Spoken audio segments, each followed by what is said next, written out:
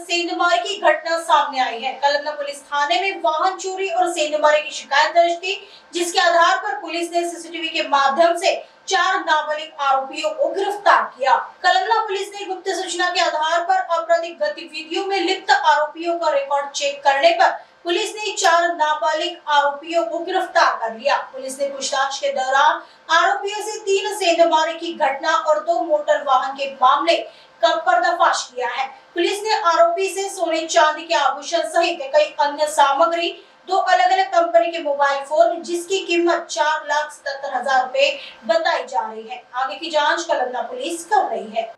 Police Thane कळमनामध्ये मागील 2 महिन्यामध्ये February आणि मार्च अशा 2 महिन्यामध्ये एकूण 3 घरफोडी दाखल आहेत आपल्याकडे। तसेच व्हेकलचे गुन्हे दाखल आहेत। त्यामध्ये आपण जवळपास 30 ते 35 फुटेजची पाहणी केली। परिसरामधील शासकीय व खाजगी असे फुटेजची पाहणी केली।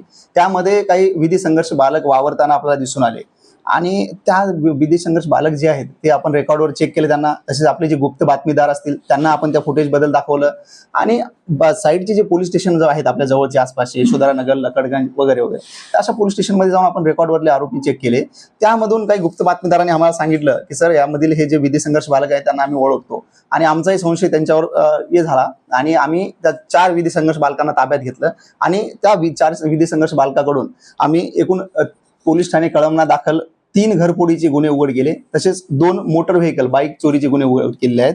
त्यामध्ये सोन्या चांदीचे दागिने आणि आयफोन सारखे 2 मोबाईल, आयफोन मोबाईल आणि विवो कंपनीचा मोबाईल असे 2 मोबाईल जप्त केले आपण। तसेच सोन्या चांदीचे दागिने जप्त केलेले आहेत आणि असे 4 विधी संघर्ष बालकाकडून आपण एकूण 4,77,000 रुपयाचा मुद्देमाल जप्त केलेला आहे।